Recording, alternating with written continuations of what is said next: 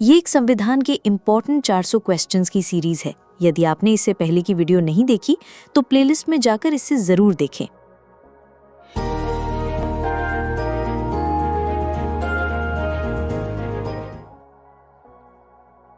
प्रश्न 161। भारत में मतदाता दिवस कब मनाया जाता है? विकल्प हैं ए 26 जनवरी, बी 25 जनवरी, सी 15 अगस्त, डी 26 नवंबर।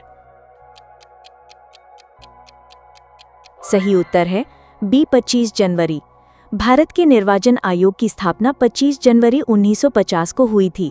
इसी ऐतिहासिक दिन को चिन्हित करने और मतदाताओं, विशेषकर युवा मतदाताओं को चुनावी प्रक्रिया में भाग लेने के लिए प्रोत्साहित करने के लिए वर्ष 2011 से हर साल 25 जनवरी को राष्ट्रीय मतदाता दिवस के रूप में मनाया जाता है। 26 नवंबर को संविधान दिवस मनाया जाता है। 26 जनवरी को गणतंत्र दिवस मनाया जाता है। भारतीय संविधान की प्रस्तावना को हमारे संप्रभु प्रजातांत्रिक गणतंत्र की जन्म कुंडली किसने कहा था? विकल्प है A doctor BR Ambedkar, B Jawaharlal Nehru, C KM Munshi, D NA Palkhivala. सही उत्तर है सी KM मुंशी। KM मुंशी, जो संविधान की प्रारूप समिति के एक प्रमुख सदस्य थे, ने प्रस्तावना के महत्व को दर्शाने के लिए ये प्रसिद्ध कथन कहा था। उनके अनुसार प्रस्तावना हमारे संविधान की वो जन्म कुंडली है जो ये बताती है कि हमारे राष्ट्र का भविष्य कैसा होगा और किन आदर्शों पर चलेगा। NA पालकीवाला ने प्रस्तावना को संविधान का परिचय पत्र कहा था। ठाकुरदास भार्गव ने प्रस्तावना को संविधान का सबसे सम्मानित भाग, संविधान की आत्मा कहा था। प्रश्न 163। संविधान के किस भाग में राज्यों में संवैधानिक तंत्र के विफल हो जाने की दशा में उपबंध का वर्णन है? विकल्प है ए भाग 17 राजभाषा, बी भाग 18 आपात उपबंध, सी भाग 19 प्रकीर्ण, डी भाग 20 संविधान का संशोधन। सही उत्तर है बी भाग 18 आपात उपबंध। संविधान का भाग 18 अनुच्छेद 352 से 360 आपातकालीन प्रावधानों से संबंधित है। इसी भाग में अनुच्छेद 356 के तहत ये प्रावधान है कि यदि किसी राज्य का शासन संविधान के उपबंधों के अनुसार नहीं चलाया जा सकता तो राष्ट्रपति उस राज्य में राष्ट्रपति शासन लगा सकते हैं। इसे ही संवैधानिक तंत्र की विफलता कहा जाता है। इस भाग में 3 प्रकार के आपातकाल का वर्णन है: राष्ट्रीय आपातकाल अनुच्छेद 352, राष्ट्रपति शासन अनुच्छेद 356 और वित्तीय आपातकाल अनुच्छेद 360। राष्ट्रपति शासन की घोषणा के लिए राज्यपाल की रिपोर्ट एक महत्वपूर्ण आधार होती है। प्रश्न 164। संविधान सभा का प्रतीक सील क्या था? विकल्प है ए कमल का फूल, बी बाघ, सी हाथी, डी अशोक चक्र। सही उत्तर है सी हाथी। भारतीय संविधान सभा ने अपने प्रतीक या मुहर के रूप में हाथी को अपनाया था। हाथी को उसकी विशालता, शक्ति और शांत स्वभाव के कारण चुना गया था, जो भारतीय संविधान के आकार और उसके अंतर्निहित दर्शन को दर्शाता था। संविधान सभा के संवैधानिक सलाहकार सर BN राव थे।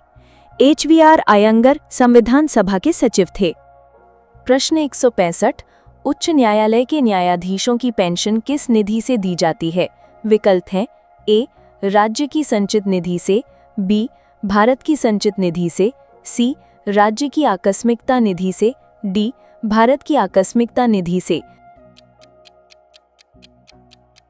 सही उत्तर है बी भारत की संचित निधि से। ये एक महत्वपूर्ण और अक्सर भ्रमित करने वाला तथ्य है। उच्च न्यायालय के न्यायाधीशों का वेतन और भत्ते उस राज्य की संचित निधि से दिए जाते हैं जहां वे सेवा करते हैं, लेकिन उनकी सेवानिवृत्ति के बाद उनकी पेंशन भारत की संचित निधि से दी जाती है। ऐसा न्यायपालिका की स्वतंत्रता सुनिश्चित करने के लिए किया गया है ताकि कोई न्यायाधीश सेवानिवृत्ति के बाद के लाभों के लिए राज्य सरकार के प्रति पक्षपाती न हो। सर्वोच्च न्यायालय के न्यायाधीशों का वेतन और पेंशन दोनों ही भारत की संचित निधि से दिए जाते हैं। इन न्यायाधीशों के वेतन और भत्ते उनके कार्यकाल के दौरान कम नहीं किए जा सकते, वित्तीय आपातकाल को छोड़कर। संविधान का कौन सा अनुच्छेद सांसदों के विशेषाधिकारों पार्लियामेंट्री प्रिविलेजेस से संबंधित है? विकल्प हैं ए अनुच्छेद 101, बी अनुच्छेद 105, सी अनुच्छेद 117, डी अनुच्छेद 122। सही उत्तर है बी अनुच्छेद 105। अनुच्छेद 105 संसद के सदनों और उनके सदस्यों तथा समितियों की शक्तियों और विशेषाधिकारों का वर्णन करता है। इन विशेषाधिकारों का मुख्य उद्देश्य ये सुनिश्चित करना है कि सांसद बिना किसी भय या पक्षपात के अपने कर्तव्यों का प्रभावी ढंग से निर्वहन कर सके। सबसे महत्वपूर्ण विशेषाधिकारों में से एक है सदन में बोलने की स्वतंत्रता। किसी सांसद पर संसद में कही गई किसी भी बात के लिए किसी भी अदालत में कोई कार्यवाही नहीं की जा सकती। एक और महत्वपूर्ण विशेषाधिकार है गिरफ्तारी से मुक्ति, जो सिविल मामलों में संसद सत्र के दौरान और सत्र शुरू होने से 40 दिन पहले और 40 दिन बाद तक लागू रहता है। ये क्रिमिनल मामलों में लागू नहीं होता। भारत में राजनीतिक दलों को चुनाव चिन्ह कौन आवंटित करता है? विकल्प हैं ए संसद, बी राष्ट्रपति, सी संबंधित राजनीतिक दल, डी भारत का निर्वाचन आयोग। सही उत्तर है डी भारत का निर्वाचन आयोग। भारत का निर्वाचन आयोग राजनीतिक दलों को मान्यता देने और उन्हें चुनाव चिन्ह आवंटित करने के लिए अधिकृत एकमात्र निकाय है। ये कार्य चुनाव चिन्ह, आरक्षण और आवंटन आदेश 1968 के तहत किया जाता है। चुनाव चिन्हों की व्यवस्था इसलिए महत्वपूर्ण है ताकि निरक्षर मतदाता भी अपनी पसंद के उम्मीदवार या पार्टी की पहचान कर सकें। चुनाव आयोग राष्ट्रीय और राज्य स्तरीय दलों को आरक्षित चुनाव चिन्ह प्रदान करता है। यदि किसी मान्यता प्राप्त दल में विभाजन हो जाता है तो चुनाव आयोग ये तय करता है कि मूल चुनाव चिन्ह किस गुट को मिलेगा। अंडमान और निकोबार द्वीप समूह का न्यायिक क्षेत्र किस उच्च न्यायालय के अंतर्गत आता है? विकल्प हैं ए मद्रास उच्च न्यायालय, बी केरल उच्च न्यायालय, सी कलकत्ता उच्च न्यायालय, डी ओडिशा उच्च न्यायालय। सही उत्तर है सी कलकत्ता उच्च न्यायालय। भारत में प्रत्येक राज्य का अपना उच्च न्यायालय होना आवश्यक नहीं है। संविधान संसद को ये अधिकार देता है कि वो 2 या 2 से अधिक राज्यों या केंद्र शासित प्रदेशों के लिए एक साझा उच्च न्यायालय स्थापित कर सके। इसी व्यवस्था के तहत अंडमान और निकोबार द्वीप समूह का न्यायिक क्षेत्र कलकत्ता उच्च न्यायालय के अधिकार में आता है। लक्षद्वीप का न्यायिक क्षेत्र केरल उच्च न्यायालय के अधीन है। पुडुचेरी का न्यायिक क्षेत्र मद्रास उच्च न्यायालय के अधीन है। किसने भारतीय संविधान को अर्ध संघीय क्वाजी फेडरल के रूप में वर्णित किया है? विकल्प हैं A Granville Austin, B Ivor Jennings, C K C Wheare, D Morris Jones. सही उत्तर है सी केसी वेयर। प्रसिद्ध संविधान विशेषज्ञ केसी वेयर ने भारतीय संविधान की प्रकृति का वर्णन करते हुए इसे अर्ध संघीय कहा था। उनके अनुसार भारतीय संविधान में संघीय व्यवस्था जैसे शक्तियों का विभाजन, लिखित संविधान और एकात्मकता व्यवस्था जैसे एकल नागरिकता, शक्तिशाली केंद्र दोनों के लक्षण मौजूद हैं, लेकिन इसका झुकाव एकात्मकता की ओर अधिक है। ग्रैनवेल ऑस्टिन ने भारतीय संघवाद को सहकारी संघवाद कोऑपरेटिव फेडरलिज्म कहा था। आइवर जेनिंग्स ने इसे केंद्रीकरण की मजबूत प्रवृत्ति वाला एक संघ कहा था। प्रश्न 170 एलएम सिंघवी समिति 1986 का गठन किस उद्देश्य से किया गया था? विकल्प हैं ए केंद्र राज्य संबंधों की समीक्षा, बी पंचायती राज संस्थाओं का पुनरुद्धार, सी चुनावी सुधारों पर सुझाव, डी बैंकिंग क्षेत्र में सुधार। सही उत्तर है बी पंचायती राज संस्थाओं का पुनरुद्धार। 1986 में राजीव गांधी सरकार द्वारा गठित एलएम सिंघवी समिति ने पंचायती राज व्यवस्था में एक नई जान फूंकने के लिए क्रांतिकारी सिफारिशें दी थीं। इस समिति ने ही पहली बार पंचायती राज संस्थाओं को संवैधानिक दर्जा देने का सुझाव दिया था ताकि उनकी नियमितता, वित्तीय संसाधन और शक्तियां सुनिश्चित हो सकें।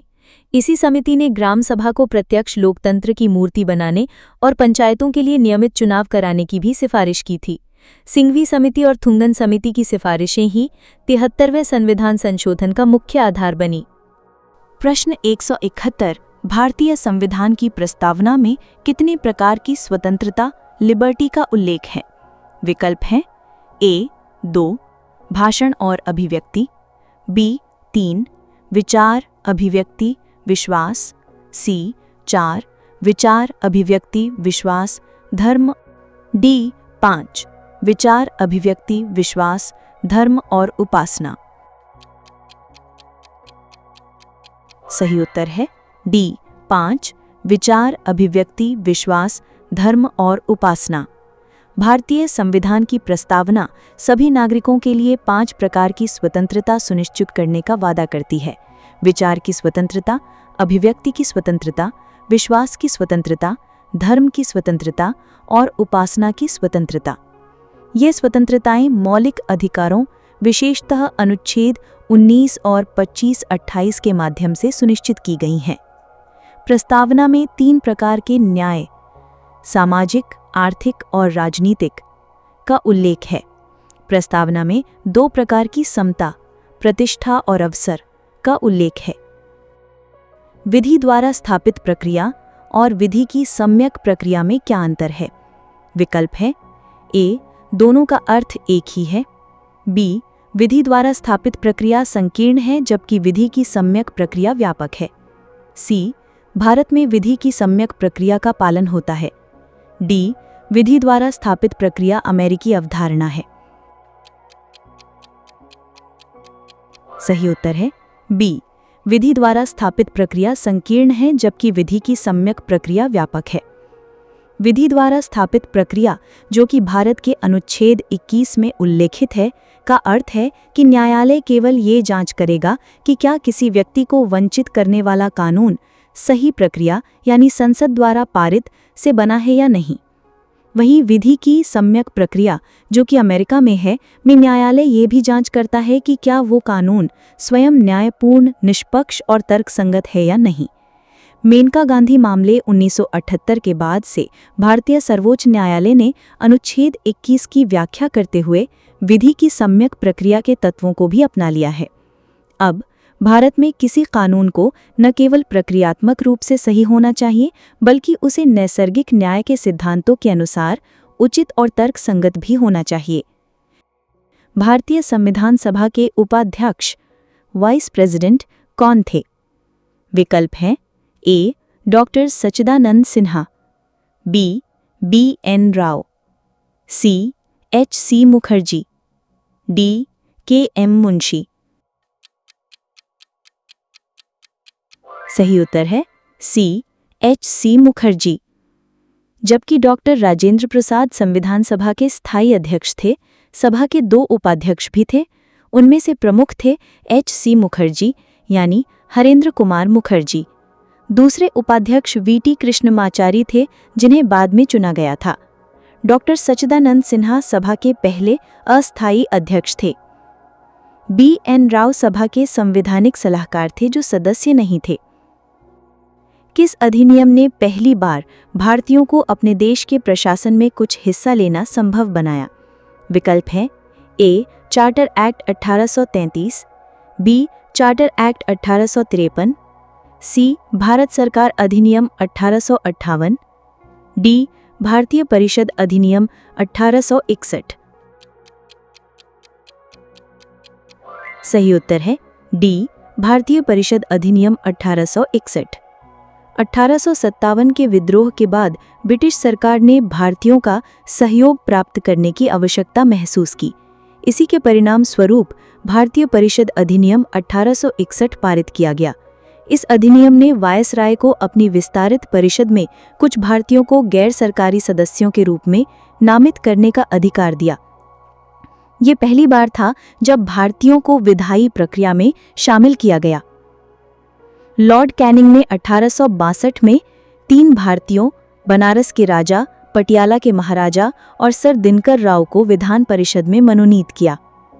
इस अधिनियम ने बम्बई और मद्रास प्रेसिडेंसी को विधायी शक्तियां पुनः देकर विकेंद्रीकरण की प्रक्रिया भी शुरू की। प्रश्न 175। 2 या 2 से अधिक राज्यों के लिए एक संयुक्त राज्य लोक सेवा आयोग यानी joint state public service commission का गठन कौन कर सकता है? विकल्प हैं राष्ट्रपति, संसद, संबंधित राज्यों के राज्यपाल, संघ लोक सेवा आयोग यानी UPSC।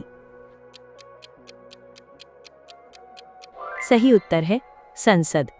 संविधान के अनुच्छेद 315(2) में ये प्रावधान है कि यदि 2 या 2 से अधिक राज्य सहमत होते हैं और अपने विधान मंडलों में इस आशय का संकल्प पारित करते हैं, तो संसद कानून द्वारा उन राज्यों के लिए एक संयुक्त राज्य लोक सेवा आयोग यानी JSPSC की स्थापना कर सकती है। JSPSC के अध्यक्ष और सदस्यों की नियुक्ति भारत के राष्ट्रपति द्वारा की जाती है। ये एक वैधानिक निकाय है, ना कि संवैधानिक, क्योंकि इसका गठन संसद के अधिनियम द्वारा किया जाता है, हालांकि इसका आधार संवैधानिक प्रावधान ही है। प्रश्न 176। भारतीय सशस्त्र सेनाओं का सर्वोच्च कमांडर कौन होता है? विकल्प हैं प्रधानमंत्री, रक्षा मंत्री, राष्ट्रपति, चीफ ऑफ डिफेंस स्टाफ यानी CDS। सही उत्तर है राष्ट्रपति। संविधान के अनुच्छेद 53(2) के अनुसार संघ के रक्षा बलों का सर्वोच्च कमान राष्ट्रपति में निहित होता है।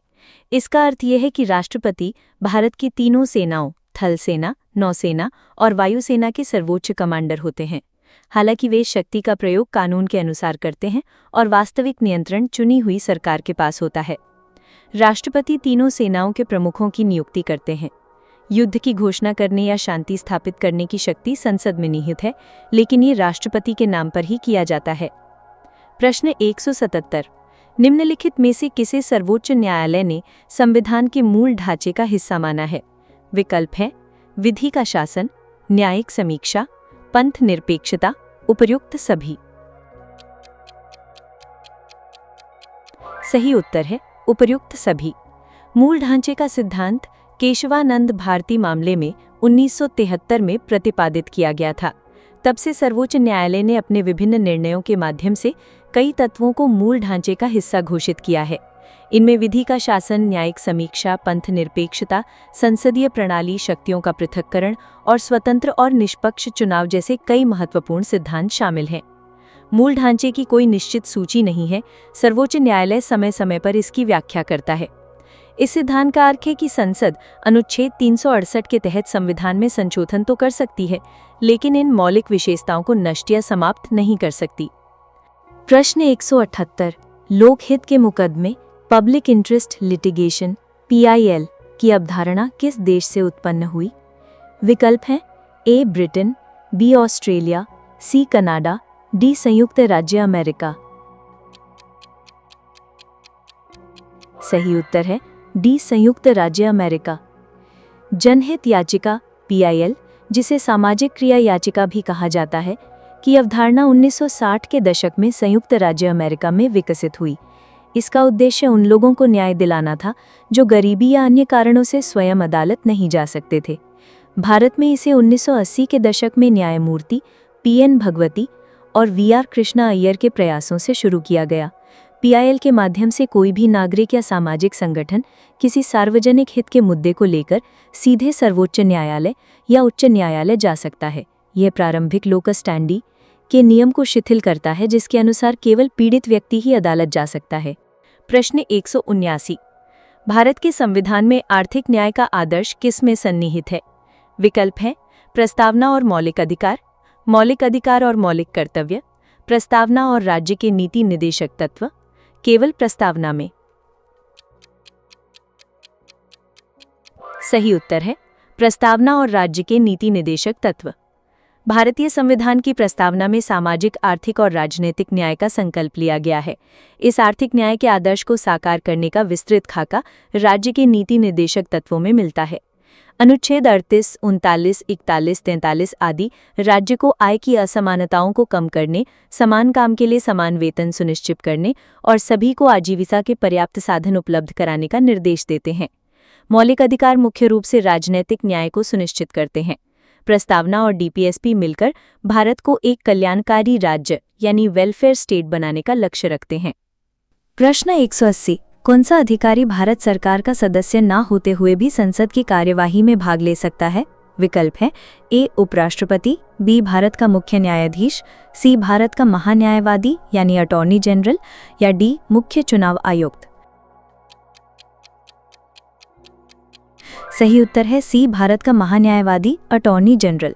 संविधान के अनुच्छेद 88 के अनुसार भारत के महान्यायवादी को यह अधिकार है कि वो संसद के किसी भी सदन यानी लोकसभा या राज्यसभा, दोनों सदनों की संयुक्त बैठक और संसद की किसी भी समिति की कार्यवाही में बोल सकता है और भाग ले सकता है। हालांकि वो संसद का सदस्य नहीं होता, इसलिए उसे मतदान करने का अधिकार नहीं होता। महान्यायवादी की नियुक्ति राष्ट्रपति द्वारा की जाती है और वो राष्ट्रपति के प्रसाद पर्यंत पद धारण करता है। वो भारत सरकार का सर्वोच्च विधि अधिकारी होता है। प्रश्न 181, किस अधिनियम ने भारत में कंपनी के व्यापारिक और राजनैतिक कार्यों को अलग अलग कर दिया?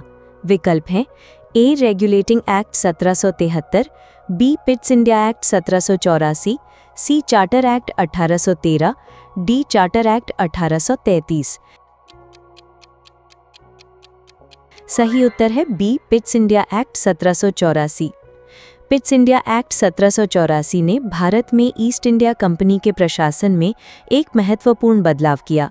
इसने कंपनी के वाणिज्यिक यानी व्यापारिक मामलों को निदेशक मंडल या कोर्ट ऑफ डायरेक्टर्स के अधीन रखा, जबकि राजनैतिक मामलों जैसे सैन्य, राजस्व और नागरिक प्रशासन के प्रबंधन के लिए एक नई निकाय, नियंत्रक बोर्ड या बोर्ड ऑफ कंट्रोल का गठन किया। इस प्रकार इसने भारत में द्वैध शासन की नींव रखी।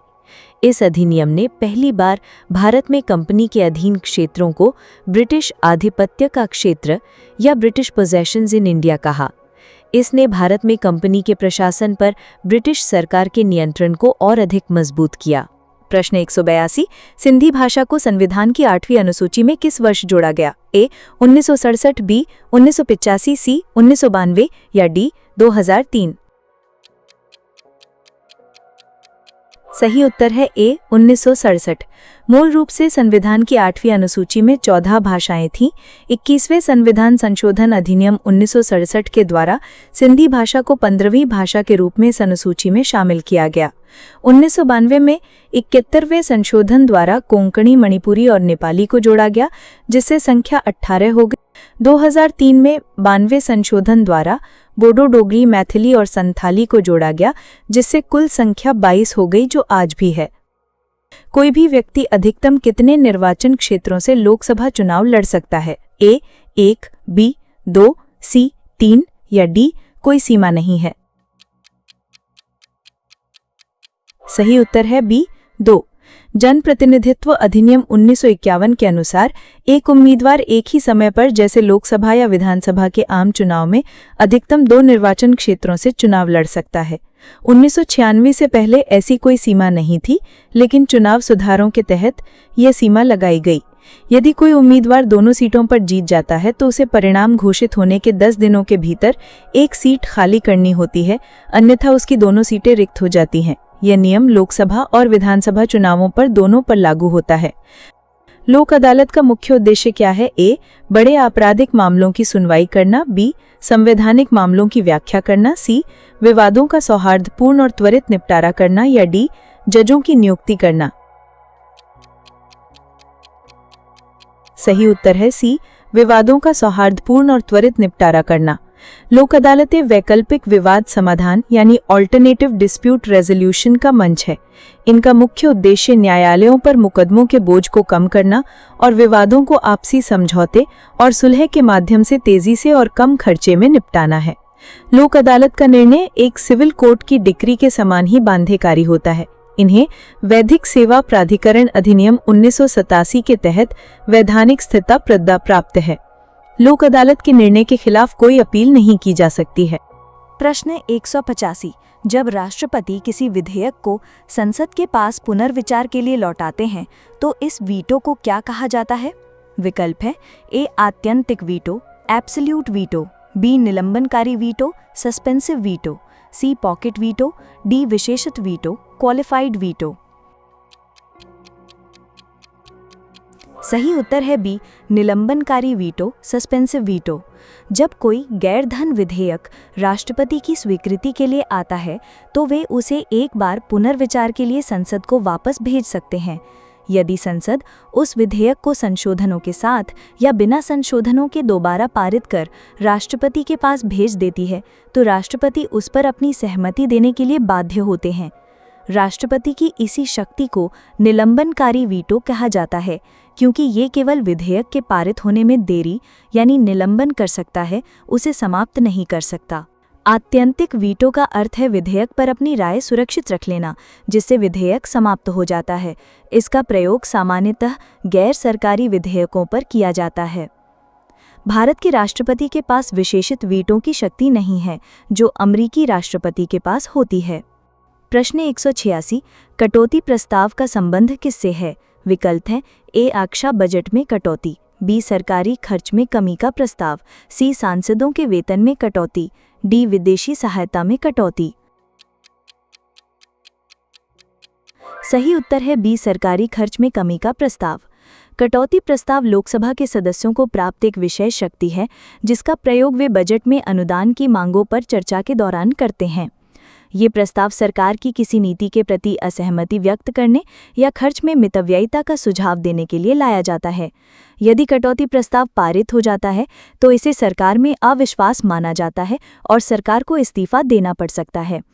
ये 3 प्रकार का होता है: नीतिगत कटौती, मांग की राशि घटाकर 1 रुपया करना, अर्थगत कटौती, मांग में एक निश्चित राशि कम करना, और सांकेतिक कटौती, मांग में 100 रुपये की कमी करना। ये शक्ति केवल लोकसभा को प्राप्त है, राज्यसभा को नहीं। प्रश्न 187, निम्नलिखित में से कौन सा प्रावधान राज्य के नीति निदेशक तत्वों और मौलिक कर्तव्यों फंडामेंटल ड्यूटीज दोनों में पाया जाता है? विकल्प हैं ए ग्राम पंचायतों को बढ़ावा देना, बी पर्यावरण का संरक्षण और संवर्धन, सी समान नागरिक संहिता, डी अंतर्राष्ट्रीय शांति को बढ़ावा देना। सही उत्तर है बी पर्यावरण का संरक्षण और संवर्धन। पर्यावरण की रक्षा का आदर्श संविधान के 2 महत्वपूर्ण भागों में शामिल है। अनुच्छेद 48 ए के तहत ये राज्य का कर्तव्य है कि वह पर्यावरण की रक्षा और सुधार करे तथा वनों और वन्य जीवों की रक्षा करे। वहीं अनुच्छेद 51 एक जी के तहत ये प्रत्येक नागरिक का कर्तव्य है कि वह वनों, झीलों, नदियों और वन्य जीवों सहित प्राकृतिक पर्यावरण की रक्षा करे और उसका संवर्धन करे। अनुच्छेद 48 ए को 42वें संशोधन 1976 द्वारा जोड़ा गया था। उसी संशोधन से मौलिक कर्तव्यों को भी जोड़ा गया था। ये दर्शाता है कि पर्यावरण संरक्षण के लिए सरकार और नागरिक दोनों की साझा जिम्मेदारी है। प्रश्न 188, दल बदल विरोधी कानून 10वीं अनुसूची के तहत किसी सदस्य की अयोग्यता पर अंतिम निर्णय कौन लेता है? विकल्प हैं ए राष्ट्रपति, बी संबंधित सदन का अध्यक्ष या सभापति, सी भारत का निर्वाचन आयोग, डी सर्वोच्च न्यायालय। सही उत्तर है बी संबंधित सदन का अध्यक्ष या सभापति। 10वीं अनुसूची के अनुसार दलबदल के आधार पर उत्पन्न होने वाली किसी भी अयोग्यता के प्रश्न पर अंतिम निर्णय संबंधित सदन के पीठासीन अधिकारी यानी लोकसभा के मामले में अध्यक्ष और राज्यसभा के मामले में सभापति द्वारा किया जाता है। किहोतू होलोहन मामले 1993 में सर्वोच्च न्यायालय ने फैसला दिया कि पीठासीन अधिकारी का निर्णय न्यायिक समीक्षा के अधीन है। इसका मतलब है कि उनके निर्णय को दुर्भावना, विकृति या नैसर्गिक न्याय के उल्लंघन के आधार पर उच्च न्यायालय या सर्वोच्च न्यायालय में चुनौती दी जा सकती है। मूल कानून में पीठासीन अधिकारी के निर्णय को न्यायिक समीक्षा से बाहर रखा गया था, जिसे न्यायालय ने असंवैधानिक घोषित कर दिया। राष्ट्रीय महिला आयोग नेशनल कमीशन फॉर विमेन किस प्रकार का निकाय है? विकल्प हैं ए संवैधानिक निकाय, बी सांविधिक वैधानिक निकाय, सी कार्यकारी निकाय, डी निजी संस्था। सही उत्तर है बी सांविधिक वैधानिक निकाय। राष्ट्रीय महिला आयोग एक सांविधिक निकाय है। इसकी स्थापना संविधान के तहत नहीं बल्कि संसद द्वारा पारित राष्ट्रीय महिला आयोग अधिनियम 1990 के प्रावधानों के तहत 1992 में की गई थी। इसका मुख्य उद्देश्य महिलाओं के अधिकारों और हितों की रक्षा करना, उनकी स्थिति की समीक्षा करना और सरकार को सिफारिशें देना है। इसमें एक अध्यक्ष और 5 सदस्य होते हैं, जिनकी नियुक्ति केंद्र सरकार द्वारा की जाती है। आयोग को महिलाओं के अधिकारों के उल्लंघन के मामलों की जांच करते समय एक सिविल न्यायालय की शक्तियां प्राप्त होती हैं। प्रश्न 190, किसने भारतीय संविधान को वकीलों का स्वर्ग यानी लॉयर्स पैराडाइज कहा था? विकल्प हैं A Winston Churchill, B Lord Viscount Simon, C Ivor Jennings या डी H.V. कामथ। सही उत्तर है सी आइवर जेनिंग्स। ब्रिटिश संविधानवेत्ता सर आइवर जेनिंग्स ने भारतीय संविधान की भाषा की जटिलता और उसकी विस्तृत कानूनी व्याख्याओं के कारण इसे वकीलों का स्वर्ग कहकर इसकी आलोचना की थी। उनका मानना था कि संविधान की भाषा आम आदमी की समझ से परे है और यह अत्यधिक वाद विवाद को जन्म देगी। संविधान सभा में भी कई सदस्यों ने इसके अत्यधिक लंबे और जटिल होने पर चिंता व्यक्त की थी। संविधान निर्माताओं ने स्पष्टता लाने और भविष्य के विवादों से बचने के लिए एक विस्तृत दस्तावेज बनाना आवश्यक समझा था। ग्राम न्यायालय की स्थापना किस अधिनियम के तहत की गई है? विकल्प हैं ए. ग्राम न्यायालय अधिनियम 2008, बी. सिविल प्रक्रिया संहिता 1908, सी. 73वां संविधान संशोधन 1992 या डी. विधिक सेवा प्राधिकरण अधिनियम 1987। सही उत्तर है ए. ग्राम न्यायालय अधिनियम 2008। नागरिकों को उनके घर तक त्वरित और सुलभ न्याय प्रदान करने के उद्देश्य से संसद ने ग्राम न्यायालय अधिनियम 2008 पारित किया। इस अधिनियम के तहत राज्यों को पंचायत स्तर पर ग्राम न्यायालयों की स्थापना करने का अधिकार दिया गया है। ये मोबाइल कोर्ट के रूप में कार्य करते हैं और सिविल और आपराधिक दोनों तरह के छोटे मोटे मामलों की सुनवाई करते हैं। ग्राम न्यायालय का पीठासीन अधिकारी न्यायाधिकारी कहलाता है, जिसकी नियुक्ति राज्य सरकार उच्च न्यायालय के परामर्श से करती है। ये न्यायालय साक्ष्य के पारंपरिक नियमों से बंधी नहीं होते और सुलह के माध्यम से विवादों को निपटाने को प्राथमिकता देते हैं। प्रश्न: भारत में राजनीतिक शक्ति का प्रमुख स्रोत क्या है? विकल्प हैं ए. संविधान, बी. संसद, सी. जनता या डी. राष्ट्रपति। सही उत्तर है सी. जनता। भारतीय संविधान की प्रस्तावना हम भारत के लोग यानी we the people of India शब्दों से शुरू होती है। यह स्पष्ट रूप से घोषणा करती है कि संविधान अपनी शक्ति सीधे भारत की जनता से प्राप्त करता है और भारत में संप्रभुता यानी सॉवरेंटी अंततः जनता में ही निहित है। जनता ही चुनावों के माध्यम से अपनी सरकार चुनती है। यह लोकप्रिय संप्रभुता के सिद्धांत को दर्शाता है। संसद और सरकार केवल जनता के प्रतिनिधि हैं, शक्ति के अंतिम स्रोत नहीं। प्रश्न 193। शक्तियों की पृथक्करण का सिद्धांत किससे संबंधित है? विकल्प हैं ए. केंद्र और राज्यों के बीच शक्तियों का विभाजन, बी. सरकार के 3 अंगों यानी विधायिका, कार्यपालिका, न्यायपालिका के बीच शक्तियों का विभाजन, सी. लोकसभा और राज्यसभा के बीच शक्तियों का विभाजन या डी. विभिन्न मंत्रालयों के बीच कार्यों का विभाजन। सही उत्तर है बी. सरकार के 3 अंगों यानी विधायिका, कार्यपालिका, न्यायपालिका के बीच शक्तियों का विभाजन। शक्तियों के पृथक्करण का सिद्धांत फ्रांसीसी दार्शनिक मॉन्टेस्क्यू द्वारा दिया गया था। इसका उद्देश्य सरकार की शक्तियों को उसके 3 अंगों यानी विधायिका, कार्यपालिका और न्यायपालिका के बीच बांटना है, ताकि कोई भी एक अंग अत्यधिक शक्तिशाली और निरंकुश न हो जाए। भारत ने इस सिद्धांत को कठोरता से नहीं बल्कि नियंत्रण और संतुलन के सिद्धांत के साथ अपनाया है, जहां प्रत्येक अंग दूसरे पर कुछ हद तक नियंत्रण रखता है। उदाहरण के लिए, न्यायपालिका न्यायिक समीक्षा द्वारा विधायिका के कानूनों को रद्द कर सकती है। प्रश्न 194। भारतीय संविधान का कौन सा अनुच्छेद राज्यपाल की विवेकाधीन शक्तियों से संबंधित है? विकल्प हैं ए. अनुच्छेद 154, बी. अनुच्छेद 161, सी. अनुच्छेद 163 या डी. अनुच्छेद 200। सही उत्तर है सी. अनुच्छेद 163। अनुच्छेद 163 एक कहता है कि जिन बातों में संविधान द्वारा राज्यपाल से यह अपेक्षा की जाती है कि वो अपने विवेकानुसार कार्य करे, उन बातों को छोड़कर राज्यपाल को अपने कार्यों में सहायता और सलाह देने के लिए एक मंत्रिपरिषद होगी। अनुच्छेद 163(2) ये भी कहता है कि यदि ये प्रश्न उठता है कि कोई मामला राज्यपाल की विवेकाधीन शक्ति के अंतर्गत आता है या नहीं, तो राज्यपाल का निर्णय ही अंतिम होगा। राज्यपाल की प्रमुख विवेकाधीन शक्तियां हैं मुख्यमंत्री की नियुक्ति जब किसी दल को स्पष्ट बहुमत न हो, मंत्रिपरिषद को बर्खास्त करना, राष्ट्रपति शासन की सिफारिश करना और किसी विधेयक को राष्ट्रपति के विचार के लिए आरक्षित करना। अनुच्छेद 200 ये शक्तियां राज्यपाल के पद को विवादास्पद भी बनाती हैं। प्रश्न 195। सरकारिया आयोग की स्थापना किस उद्देश्य से की गई थी? विकल्प हैं ए. नदी जल विवादों का समाधान, बी. केंद्र राज्य संबंधों की समीक्षा, सी. पंचायती राज संस्थाओं का मूल्यांकन, डी. चुनाव सुधारों पर सुझाव। सही उत्तर है बी. केंद्र राज्य संबंधों की समीक्षा। 1983 में केंद्र सरकार ने न्यायमूर्ति आर.एस. सरकारिया की अध्यक्षता में एक 3 सदस्यीय आयोग का गठन किया था। इसका मुख्य कार्य केंद्र और राज्यों के बीच सभी व्यवस्थाओं और संबंधों की व्यापक समीक्षा करना तथा देश के संघीय ढांचे को मजबूत करने के लिए सिफारिशें देना था। इस आयोग ने 1988 में अपनी रिपोर्ट प्रस्तुत की। आयोग के कुछ प्रमुख सिफारिशों में शामिल था राज्यपाल की नियुक्ति से पहले मुख्यमंत्री से परामर्श करना, अनुच्छेद 356 का संयमित उपयोग और एक स्थायी अंतर्राज्यीय परिषद का गठन।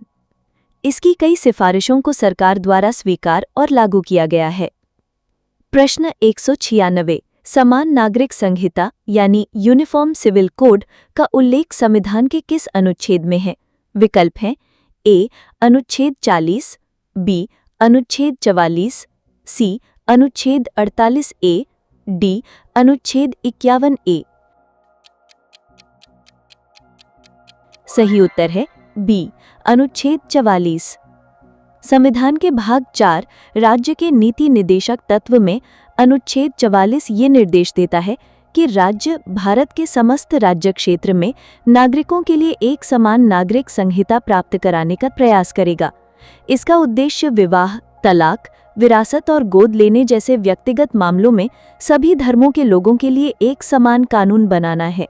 वर्तमान में भारत में विभिन्न धर्मों के लिए अलग अलग व्यक्तिगत कानून हैं। गोवा भारत का एकमात्र ऐसा राज्य है जहां समान नागरिक संहिता लागू है। प्रश्न 197।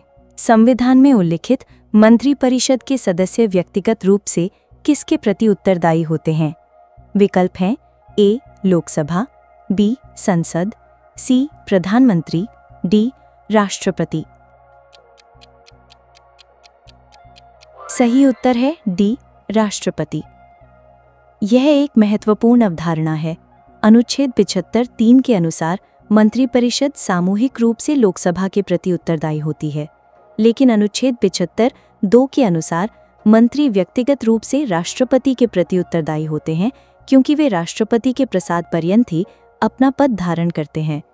इसका अर्थ है कि राष्ट्रपति किसी भी मंत्री को प्रधानमंत्री की सलाह पर किसी भी समय हटा सकते हैं।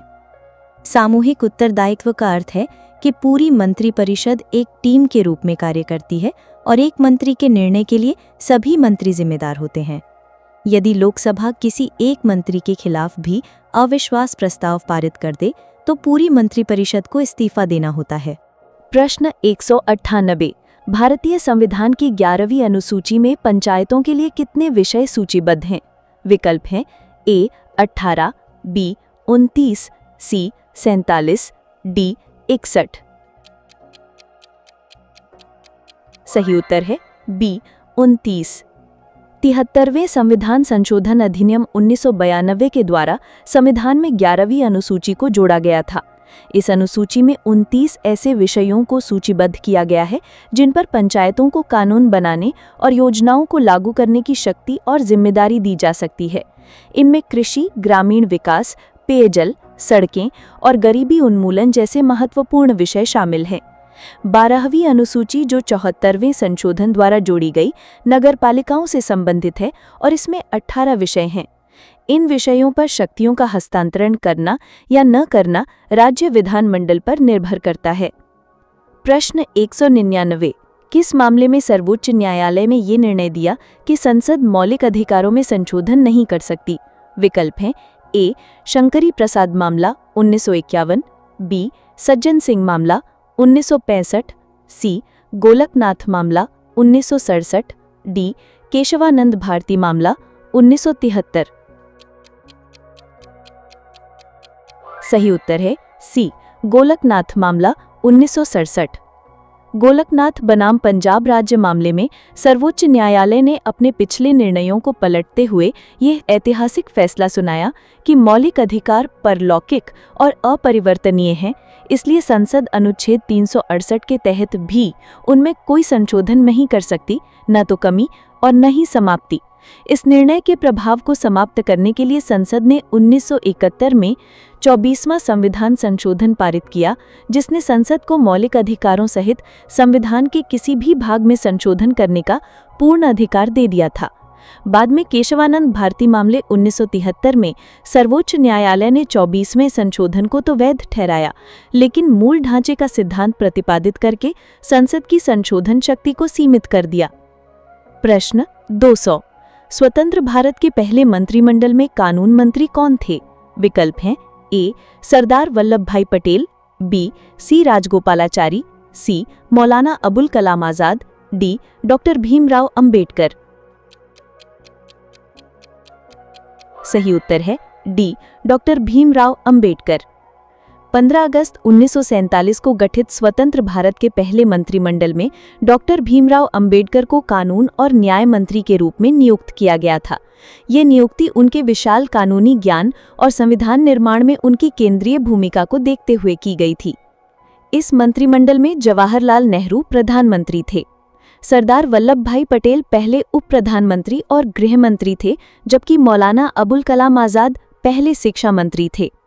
यदि आपको ये वीडियो अच्छा लगा हो तो वीडियो को लाइक करें, शेयर करें और हमारे चैनल को सब्सक्राइब करें, जिससे कि हम थोड़े से मोटिवेट रहें और आपके लिए इस तरह की वीडियो लाते रहें। धन्यवाद।